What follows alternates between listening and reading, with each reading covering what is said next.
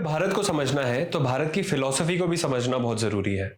वो फिलॉसफी जिसके कारण श्री राम रावण युद्ध के बाद राम जी खुशी खुशी लंका का राजपाट श्री विभीषण जी को दे देते हैं।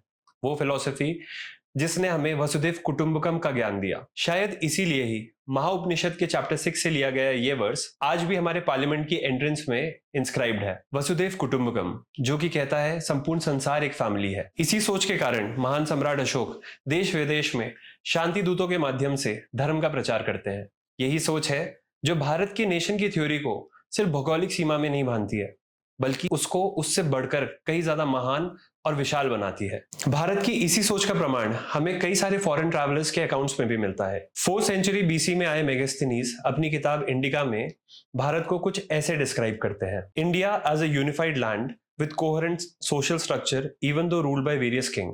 11वीं शताब्दी में आए अलबरूनी भी अपनी किताब में कुछ ऐसा ही लिखते हैं। हमारे इसी सोच का परिणाम है जो कि तलवार के बल पे नहीं बल्कि संस्कृति के बल पे कई सारे देशों ने हमारे कल्चर को, हमारी फिलॉसफी को खुले दिल से अपनाया है। और इसका एग्जाम्पल हमें मिलता है वियतनाम, कंबोडिया जैसे देशों में, जहां के श्री विजय एम्पायर, खामेर एम्पायर, चंपा एम्पायर, इन सभी देशों के राजाओं ने हमारे कल्चर को, हमारी संस्कृति को अपनाया और हमारी फिलॉसफी से जुड़े। इसका सबसे उत्कृष्ट उदाहरण मिलता है कंबोडिया के अंकोर वाट मंदिर में, जो कि दुनिया का सबसे बड़ा हिंदू टेम्पल है। अलग अलग समय में हमारा देश अलग अलग नामों से जाना गया है, जैसे कि जम्बू द्वीप, आर्यव्रत, इंडिया, हिंदुस्तान।